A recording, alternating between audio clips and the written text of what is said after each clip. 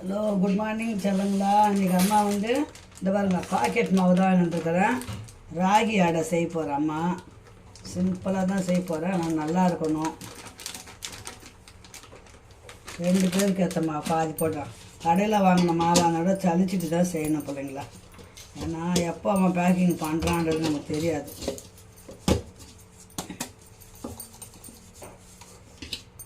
இப்போ இந்த மாவை வந்து சளிச்சிக்கலாம். பாருங்கள், சளிச்சு கூட அதில் எவ்வளோ இருக்குது பாருங்கள் வேஸ்டேஜ். கடை மாவு வாங்கினா கூட ஜலிச்சுட்டு செய்யுங்க. இந்த தோலெல்லாம் இருக்கும், கேழ்வரகோட தோலெல்லாம் இருக்கும். இப்போ இதுக்கு என்னென்ன தேவைன்னா 2 வெங்காயம் நறுக்கி வச்சுருக்கிறேன், 2 பச்சை மிளகா, கருவேப்பிலை, இதுவாங்க கடலைப்பருப்பு, இந்த உளுத்தம்பருப்பு, கடலைப்பருப்பு, ஜீரகம் போடுவேன், இந்த முருங்கைக்கீரை இதை போட்டு ஒரு சிம்பிளான அடை செய்ய போகிறோம். வாங்க வீடியோக்குள்ளே போகலாம். இப்போ கொஞ்சமாக எண்ணெய் ஊற்றிக்கலாம். இதெல்லாம் வதக்கி தான் போடுவேன். சிலர் பச்சையாக போடுவாங்க. நான் பச்சையாக அப்படியே போட்டு செய்ய மாட்டேன். வதக்கி போட்டு மாவில் அப்படியே பிசைஞ்சி சுடுவேன் நான். கடுகு கொஞ்சம் போட்டுக்கலாம்.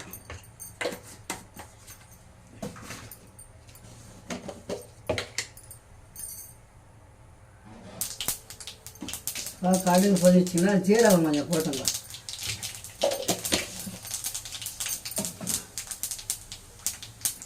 கடலைப்பருப்பு 1 ஸ்பூன், கடலைப்பருப்பு 1 ஸ்பூன், உளுத்தம்பருப்பு. நல்லா மென்று சாப்பிடும்போது நல்லாயிருக்கும். சிலர் தேங்காய் போடுவாங்க. தேங்காய் இல்லை என்கிட்ட, அதனால் நான் போடல. கொஞ்சம் இது நல்லா கொஞ்சம் சவக்கட்டும். இப்போ கடலைப்பருப்பு, உளுத்தம்பருப்பு சவந்துச்சிங்களா. 2 கருவேப்பிலை போட்டுக்கலாம், பச்சை மிளகாய் போட்டுக்கலாம், வெங்காயம் போட்டுக்கலாம்.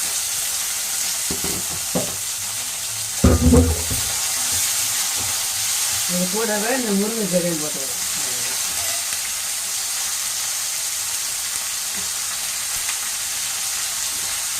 கொஞ்சம் வதக்கி போட்டால் வாசனையாக நல்லாயிருக்கும்.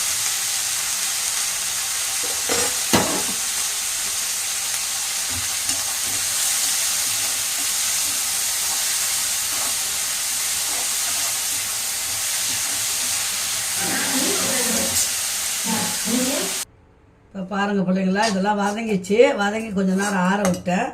ஆற விட்ட அப்புறம் இதை எடுத்து நம்ம அந்த மாவில் கொட்டிக்கலாம். இந்த பாருங்க கேழ்வரகு மாவு.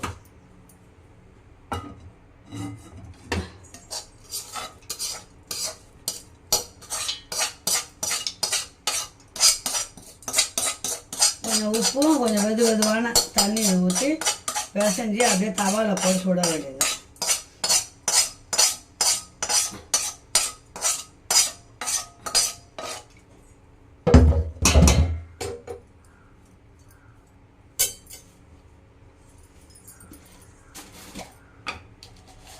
தேவையான உப்பு போட்டுங்க.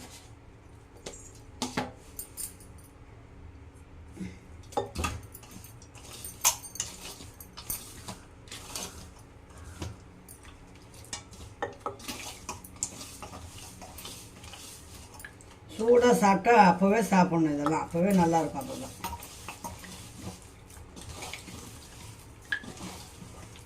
கொஞ்சம் தலைன்னே பிசைஞ்சுக்கோங்க. அப்போ தான் நமக்கு வந்து தட்டுறதுக்கு வந்து ஈஸியாக இருக்கும். பார்த்தீங்களா, இந்த மாதிரி கொஞ்சம் ரொம்ப கிரிப்பாக இருந்தால் தட்ட முடியாது. இது அவ்வளோதான். பார்த்தீங்களா, இப்போ தவாவை போட்டு அதெல்லாம் உப்புக்கு தான் பார்த்துக்கோங்க. உப்பு பத்தலைன்னா போட்டுக்கலாம். இந்த மாதிரி பேசிட்டு அடையாக வேணும்னாலும் அடை மாதிரி செஞ்சு சாப்பிட்லாம். அப்படி தோசை மாதிரி வேணும்னாலும் கொஞ்சம் தண்ணியை ஊற்றி கரைச்சி நம்ம தோசையாக சுட்டு சாப்பிட்டுக்கலாம் பிள்ளைங்களா. இது பாருங்கள், பிசைஞ்சு வச்சிட்டோம்னா இப்போ அடை சுட போகிறாமா.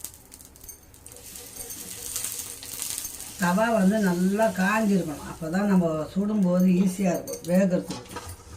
இது பாருங்க, ஒரு உருண்டை எடுத்துக்கலாம். இந்த மாதிரி தண்ணி தொட்டுக்குங்க கையில். தண்ணி தொட்டால் தான் நம்ம வந்து அமுக்க முடியும். சில பேர் பிளாஸ்டிக் கவரில் வச்சு தட்டி அப்படி திருப்பி போடுவாங்க.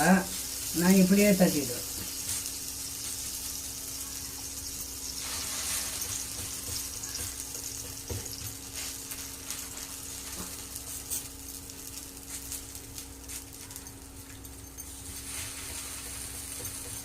வயசானவங்க மெல்ல முடியலன்னா கரைச்சி ஊற்றி தோசையாக ஊற்றிக்கலாம். இப்படி சாப்பிட்டாலும் நல்ல ஒரு ஹெல்த்து தான் உடம்புக்கு.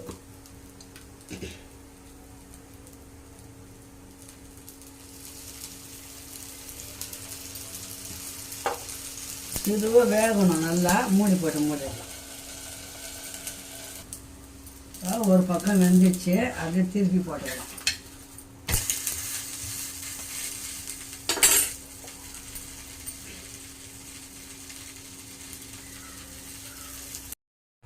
இப்போ பாருங்கள் பிள்ளைங்களா, அந்த கேவுரு அடை நல்லா வேகணும், திருப்பி போட்டிருக்கிறேன். கொஞ்சம் நேரம் நல்லா வேகட்டும். வெந்ததுக்கப்புறம் இதுக்கு ஒரு கார சட்னி ரெடி பண்ணிக்கோங்க. நான் அம்மா ஏற்கனவே அரைச்சி வச்சுட்டேன்.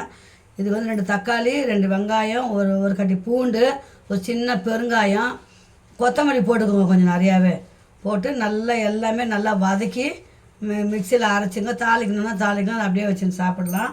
சூப்பராக ரெடி ஆயிடுச்சு.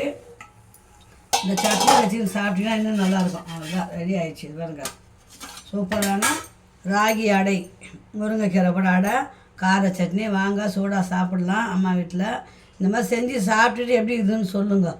அம்மா வீடியோவை லைக் பண்ணுங்கள், ஷேர் பண்ணுங்கள், கமெண்ட் பண்ணுங்கள். செல்ல பிள்ளைங்களா, உங்களுக்கு தெரியலன்னா கேளுங்க, அம்மா சொல்லித்தரேன். ரொம்ப ரொம்ப ஈஸியானது தான். ஓகே, பாய் செல்லுங்களா.